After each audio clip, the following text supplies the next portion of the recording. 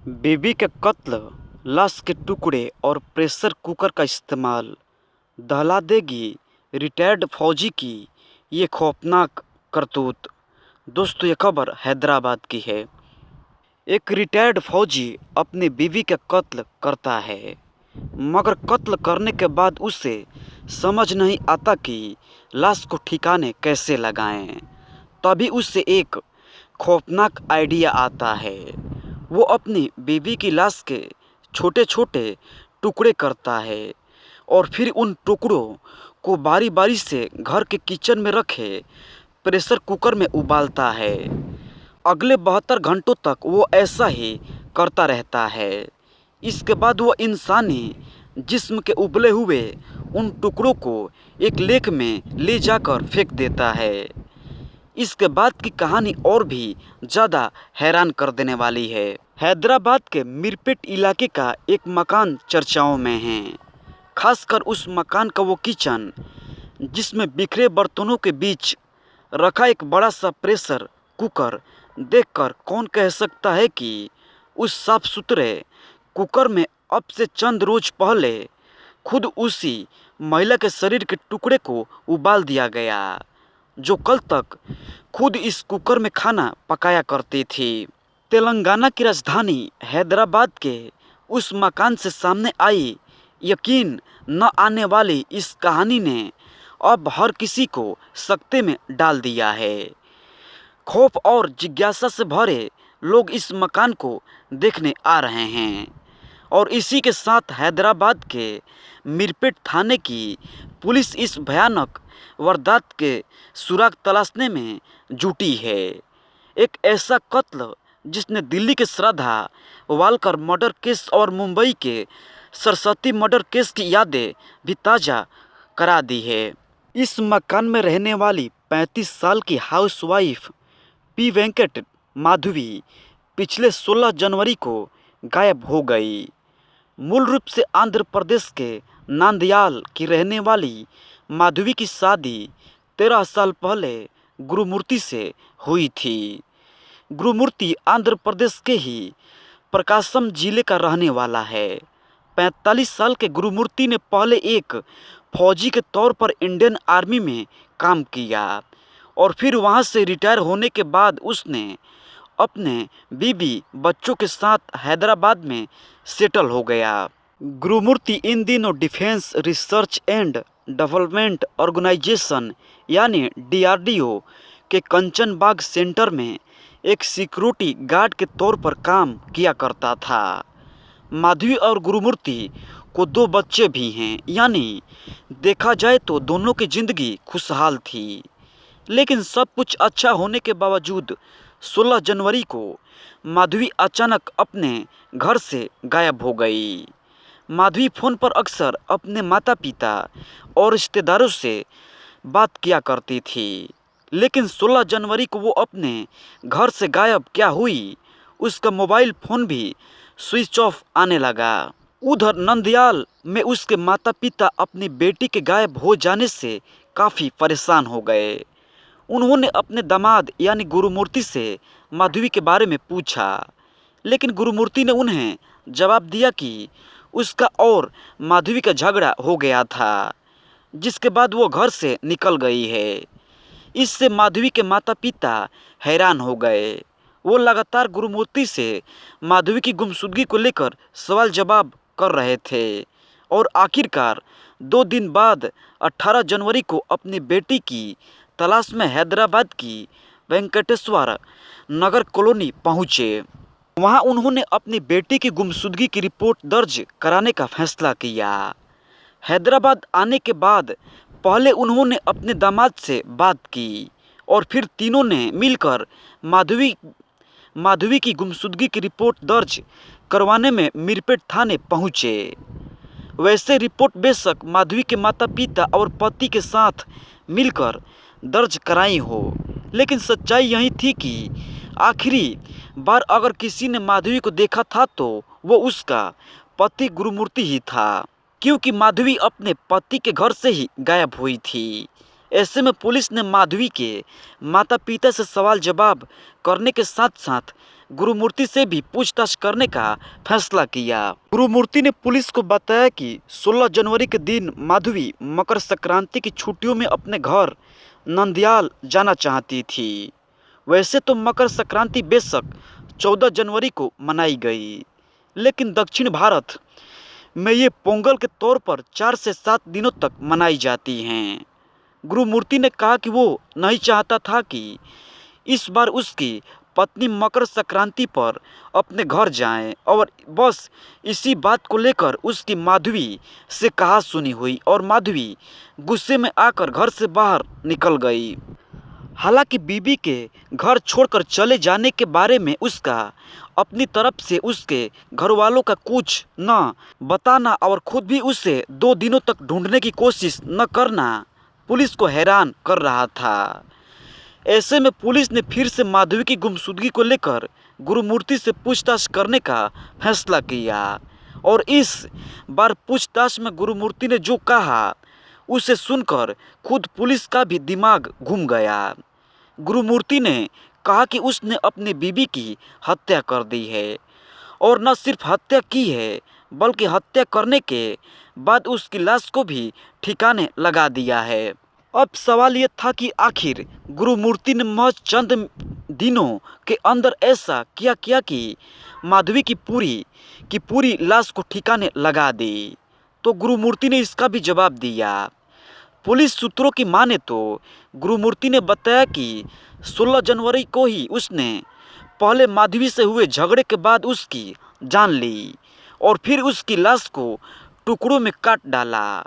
जब ये वारदात हुई उनके दोनों बच्चे घर में नहीं थे। दोनों मकर संक्रांति की छुट्टियों में गुरुमूर्ति की बहन यानी अपने बुआ के घर गए हुए थे। गुरुमूर्ति अब एक रोंगटे खड़े कर देने वाली कहानी सुना रहा था। उसने बताया कि माधवी की जान लेने के बाद लाश को ठिकाने लगाना उसके लिए एक बड़ी चुनौती थी, जिसके चलते उसने पहले मकान के बाथरूम में माधवी की लाश के टुकड़े किए और फिर उन टुकड़ों को घर में रखे प्रेशर कुकर में उबालना शुरू कर दिया, जिससे उन्हें ठिकाने लगाने में सुविधा हो और फिर लाश भी न सड़े। इस काम में उससे महज 48 से 72 घंटों का वक्त लगा। फिर उसने धीरे धीरे लाश के टुकड़ों को अलग अलग बैग में भरा और फिर उन्हें अपने घर के पास मौजूद जिलेलागुड़ा लेक में डाल दिया। पूछताछ में गुरुमूर्ति ने बताया कि उसने 100 के टुकड़े तो कर डाले, लेकिन हड्डियों की वजह से उन टुकड़ों को पैक करना मुश्किल हो रहा था। ऐसे में उसने मसाला पीसने वाले मुसल से पहले हड्डियों तोड़ा और फिर उन्हें चूर चूर कर जिस्म के बाकी हिस्सों के साथ बैग में भर लिया और फिर लेक में जाकर फेंक दिया। यानी गुरुमूर्ति ने पहले अपनी बीबी का कत्ल किया, लाश के टुकड़े किए, टुकड़ों को प्रेशर कुकर में पकाया, हड्डियों को तोड़ा और फिर उन्हें चूर चूर किया और फिर उन्हें पानी में डाल दिया। गुरुमूर्ति के इस खुलासे के बाद पुलिस हरकत में आ गई और वो गुरुमूर्ति को उसके वेंकटेश्वर नगर कॉलोनी वाले मकान में लेकर पहुंची ताकि मकान की अच्छी तरह से तलाशी लेकर सबूत जुटाए जा सके। लेकिन पुलिस ये देखकर हैरत में पड़ गई कि गुरुमूर्ति ने इतना सब कुछ करने के बाद पूरे मकान को इतनी अच्छी तरह से साफ किया कि नंगी आंखों से खून के धब्बों का नजर आना भी तकरीबन नामुमकिन हो गया है। ऐसे में अब पुलिस को फोरेंसिक एक्सपर्ट की मदद से उसके पूरे मकान की स्कैनिंग करने का फैसला किया है ताकि अगर वहां लाश को ठिकाने लगाए जाने से पहले उसे टुकड़े करने और पकाए जाने की कोई घटना सचमुच हुई है तो उसके सबूत जुटाए जा सके। हालांकि पुलिस सूत्रों को सीसीटीवी फुटेज की सूरत में कुछ ऐसे तथ्य हाथ लगे हैं जो इस केस के रहस्य को और बढ़ा रहे हैं। सूत्रों की माने तो उसे गुरुमूर्ति की पत्नी माधवी की आखिरी बार इस मकान के अंदर जाने के फुटेज तो मिले हैं, लेकिन बाहर जाने की तस्वीरें नहीं मिली हैं, जबकि गुरुमूर्ति के अंदर आने जाने की कई तस्वीरें मौजूद हैं। ऐसे में उसने अपनी पत्नी की हत्या को लेकर जो कहानी सुनाई है उसके सही साबित होने का डर और बढ़ गया है। पुलिस ने इस खुलासे के बाद हैदराबाद के जिलेल्लागुड़ा लेक की भी तलाशी ली, लेकिन पुलिस को वहां से भी मानव शरीर का ऐसा कोई टुकड़ा नहीं मिला जिसका कनेक्शन माधवी के कत्ल से जुड़ सके। ऐसे में जानकार आशंका जता रहे हैं कि शायद गुरुमूर्ति ने टुकड़ों को बीच पानी में फेंका और वो टुकड़ों मछलियां या फिर ऐसे ही दूसरे जलीय जीव को निवाला बन गए। जाहिर है कि इस मामले में फिलहाल सबूत के नाम पर पुलिस के हाथ बिल्कुल खाली हैं। सिर्फ गुरुमूर्ति का बयान ही है जिसने पुलिस वालों के साथ साथ हर किसी के होश उड़ा दिए हैं। डिसअपियरेंस यानी गुमशुदगी का मामला मानकर चल रही है, लेकिन अगर गुरुमूर्ति की सुनाई गई कहानी वाकई सही साबित होती है तो ये एक और भयानक सच्चाई होगी। एक मासूका, दो आशिक और डबल मर्डर। हैरान कर देगी एक बेटी के कातिल बन जाने की ये खूनी दास्तान। दोस्तों, ये खबर उत्तर प्रदेश के कानपुर की है। कभी कभी इंसान अपने मासूक की मोहब्बत में इस कदर दीवाना हो जाता है कि उसे अच्छे बुरे का ख्याल नहीं रहता। वो हर कदम अपने महबूब की हर बात को पूरा करने के लिए तैयार रहता है, या यूं कहें कि उस पर इश्क का जुनून इस तरह सवार हो जाता है कि वो कुछ भी करने से गुरेज नहीं करता, फिर चाहे बात किसी की जान लेने की हो या देने की। ऐसा एक सनसनीखेज मामला 4 महीने पहले यूपी के कानपुर जिले से सामने आया था, जिसके खुलासे ने आम लोगों के साथ साथ पुलिस को भी हैरान कर दिया था। आज क्राइम कथा में कहानी उसी खौफनाक वारदात की। सुबह का वक्त 5 जुलाई 2022 गुरुवार, कानपुर। यही वो दिन था जब सुबह के वक्त कानपुर के बर्रा इलाके में EWS कॉलोनी के एक मकान के बाहर लोगों की भीड़ जमा थी। कुछ देर बाद पुलिस भी वहां आ गई थी। जब पुलिस भीड़ को चीरती हुई उस मकान में दाखिल हुई तो सामने 2 लोगों के मुर्दा जिस्म पड़े थे। मरने वाले शख्स का नाम मुन्ना लाल, जिनकी उम्र 61 साल थी, और दूसरी लाश उनकी पत्नी राजदेवी, जिनकी उम्र 55 साल थी। ये दोनों उस मकान में अपनी बेटी कोमल और बेटे अनूप के साथ रहते थे। मुन्ना लाल रिटायर्ड ऑर्डिनेंस कर्मी थे। डबल मर्डर की वारदात ने हर किसी को सकते में डाल दिया था। बुजुर्ग दंपत्ति की कत्ल गला काटकर किया गया था। डबल मर्डर की ये सनसनीखेज वारदात जितनी भयानक थी, उसके पीछे छुपी साजिश की कहानी उतनी ही खौफनाक निकली। रिटायर्ड ऑर्डिनेंस कर्मी मुन्ना लाल और उनकी बीवी राजदेवी अपनी बेटी कोमल की शादी की तैयारी में लगे हुए थे, जबकि उनके बेटे अनूप का उसकी पत्नी से विवाद चल रहा था। इसलिए वो शादी के फौरन बाद ससुराल छोड़कर अपने मायके जा चुकी थी। इसी दौरान 5 जुलाई की सुबह बुजुर्ग दंपत्ति अपने अपने बिस्तर पर मरे हुए पाए गए थे। किसी व्यक्ति ने तेजधार हथियार से दोनों का गला काट दिया था। खून से बिस्तर लाल हो चुके थे। वह मंजर देखना हर किसी के बस में नहीं था। पुलिस ने पंचनामे के बाद दोनों लाशों को पोस्टमार्टम के लिए भेज दिया था। इस दौरान वारदात को लेकर मृत दंपत्ति के बेटे अनूप ने बताया था कि आधी रात को उसके माँ बाप की हत्या चापर से गला काटकर की गई और उससे कुछ भी पता नहीं चला, क्योंकि वो फर्स्ट फ्लोर पर बने कमरे में सो रहा था, जबकि नीचे उसके मम्मी पापा और उसकी बहन सो रही थी। पापा बाहर वाले कमरे में थे, जबकि मम्मी और बहन अंदर वाले कमरे में साथ सोई थी। सुबह सुबह उसकी बहन कोमल ने ही उसे ऊपर जाकर जगाया और बताया कि किसी ने उनके मम्मी पापा का कत्ल कर दिया है। इसी दौरान अनूप ने पुलिस को एक और अहम बात बताई। उसने पुलिस से कहा कि बीती रात में उससे चक्कर सा आ रहा था और उससे शक है कि किसी ने उनके खाने में कुछ मिला दिया था। मगर हैरानी की बात यह थी कि तब तक उनके घर में बाहर से कोई आया ही नहीं था। बेटे के इस बयान से दो सवाल खड़े हो रहे थे। पहला तो ये कि जब कत्ल से पहले घर में बाहर से कोई आया नहीं था तो फिर उनके खाने में कोई नशीली चीज़ किसने मिलाई, और दूसरा ये कि जब उसकी बहन माँ के साथ ही सो रही थी तो फिर उससे अपनी माँ पर हुए हमले का पता क्यों नहीं चला। अनूप का बयान दर्ज हो जाने के बाद बारी थी घर की बेटी यानी कोमल के बयान की। पुलिस अब कोमल से पूछताछ कर रही थी।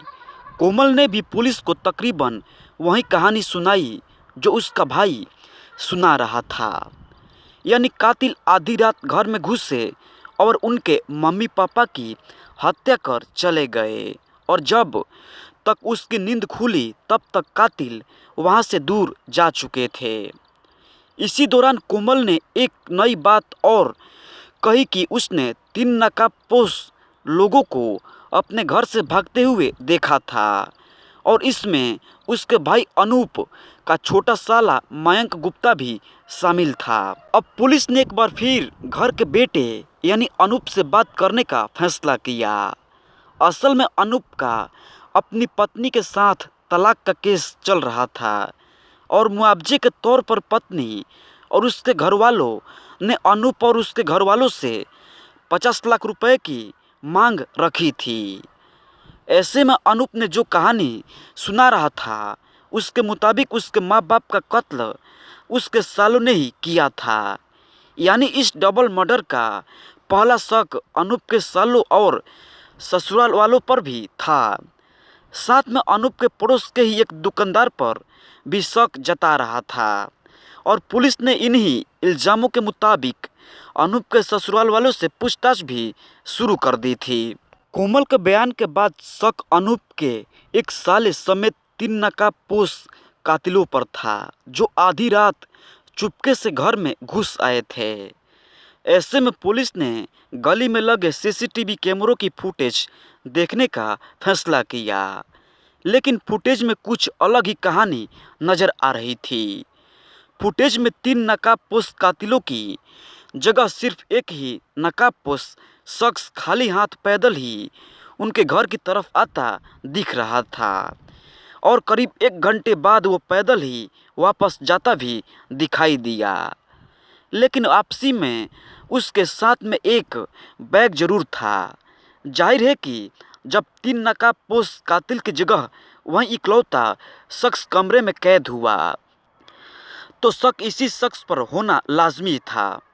इसी के साथ 3 ऐसी बातें थी जो शक पैदा कर रही थी। पहली ये कि कातिलों ने घर में घुसकर हत्या की, लेकिन घर में किसी को इस बात का पता नहीं चला, खासकर बेटी को जो खुद माँ के साथ एक ही बिस्तर पर सो रही थी। दूसरी ये कि बेटी ने बताया कि उसने 3 नकाबपोश कातिलों को भागते हुए देखा था। तो फिर सवाल ये था कि उसने शोर क्यों नहीं मचाया, और तीसरी अहम बात यह थी कि कातिल घर में इतने आराम से कैसे दाखिल हो गए, जबकि आमतौर पर रात को लोग दरवाज़ा बंद करके सोते हैं। इन 3 बातों की वजह से घर की बेटी कोमल ही शक के दायरे में आ चुकी थी। पुलिस ने जब सख्त लहजे में उससे पूछताछ की तो वो सवालों का जवाब देने में लड़खड़ाने लगी। खासकर घर का दरवाज़ा खुला होने, कातिलों को देखने के बावजूद उसके चुप रह जाने, 2 कत्ल के बावजूद खुद के बेखबर हो जाने का उसके पास कोई जवाब नहीं था। उसके दोनों हाथों पर चोट के निशान भी थे। ऐसे में जब पुलिस ने उसके साथ सख्ती की तो उसने मान लिया कि उसी ने अपने आशिक रोहित के साथ मिलकर अपने माँ बाप के कत्ल की साजिश रची थी। उसने जो कबूलनामा पुलिस के सामने बयां किया वो हैरान कर देने वाला था। पुलिस को पूछताछ के दौरान आरोपी कोमल ने बताया कि उसने अपने आशिक रोहित के साथ मिलकर इस कत्ल की प्लानिंग की थी। यहाँ तक कि वो माँ बाप के अलावा अपने भाई अनूप को भी मारना चाहती थी। कुछ इसी इरादे से उसने बीती रात माँ बाप के साथ साथ भाई को भी जूस में जहर मिलाकर दिया था, लेकिन भाई ने जूस पूरा नहीं पिया, जबकि उसके माँ बाप जूस पीकर सो गए थे। कत्ल के दौरान भी आधी रात उसने ऊपर जाकर अपने भाई अनूप को जगाने की कोशिश की थी, ताकि प्रेमी के हाथों उसका भी गला कटवा दिया जाए। लेकिन गहरी नींद में सो रहे अनूप ने पहली बार में दरवाज़ा नहीं खोला और तब माँ बाप की जान लेकर ही आशिक रोहित वहाँ से फरार हो गया। और प्लान बी के मुताबिक कोमल ने अपने भाई को जगाकर माँ बाप के कत्ल का ड्रामा शुरू कर दिया था। कोमल और अनूप से पूछताछ के साथ साथ पुलिस ने मौके वारदात पर बारीकी से छानबीन की, हर पहलू को खंगालने की कोशिश की। मौके वारदात के आसपास लगे तमाम सीसीटीवी कैमरों की फुटेज को खंगाला गया। उसी में कैमरे की फुटेज में रोहित भी दिखाई दिया था। वहीं देर रात संदिग्ध हालात में मुन्ना लाल के घर की तरफ जाता हुआ दिखाई दे रहा था। बस फिर क्या था, कोमल का बयान और सीसीटीवी फुटेज की बिना पर पुलिस ने बिना देर किए रोहित के घर दाबिश दी और उसे गिरफ्तार कर लिया। पुलिस रोहित नाम के उस लड़के को पकड़कर थाने ले आई और उससे इस डबल मर्डर के बारे में पूछताछ शुरू कर दी। शक्ति दिखाने पर वह भी सच उगलने लगा और उसने अपना गुनाह कबूल कर लिया। अब कातिल बोल रहा था, पुलिस उसे सुन रही थी। कातिल अपने गुनाह की वजह सुना रहा था, पुलिस उसका बयान दर्ज कर रही थी। कुल मिलाकर इस डबल मर्डर के दोनों आरोपी अब पुलिस की गिरफ्त में आ चुके थे। दरअसल आरोपी रोहित ही कोमल का दूसरा आशिक था। दूसरा आशिक इसलिए कि कोमल का पहला आशिक कोई और नहीं बल्कि रोहित का ही सगा भाई राहुल था, जो भारतीय सेना में है। उस वक्त उसकी तैनाती मुंबई में थी। सबसे हैरान करने वाली बात यह थी कि राहुल ने ही अपने भाई रोहित की बात वारदात से ठीक 20 दिन पहले कॉन्फ्रेंस कॉल के जरिए कोमल से कराई थी। बस राहुल की वही एक कॉन्फ्रेंस कॉल उसकी ज़िंदगी का सबसे बड़ा धोखा साबित हुई। उस दिन के बाद रोहित अब खुद ही अपने भाई राहुल की मासूका से फ़ोन पर बातें करने लगा था। कुछ दिनों की बातचीत के दौरान ही दोनों एक दूसरे के करीब आ गए। मुंबई में बैठे कोमल के पहले आशिक राहुल को इस बात की भनक तक नहीं लगी। वो दोनों भाइयों से बातें किया करती थी। उसने दोनों को ही अपने प्रेम जाल में बांध रखा था, मगर अपनी शादी को लेकर कोमल अपने माँ बाप से नाराज़ थी। वो उसकी मर्जी के खिलाफ उसकी शादी कराने जा रहे थे, मगर वो रोहित या राहुल में से किसी एक को अपना जीवन साथी बनाना चाहती थी, पर उसके घर वालों इस रिश्ते के लिए तैयार नहीं थे। कोमल की परेशानी केवल यही नहीं थी, बल्कि वो अपने भाई की तरफ से भी परेशान थी, क्योंकि उसके भाई अनूप की तलाक का केस कोर्ट में चल रहा था और कोमल को डर सता रहा था कि कहीं इस केस के चक्कर में माँ बाप की प्रॉपर्टी का हिस्सा भी उसके हाथ से न निकल जाए। इसलिए उसने एक तीर से दो शिकार करने का फैसला किया। उसने अपने माँ बाप और भाई के कत्ल की खौफनाक साजिश रच डाली।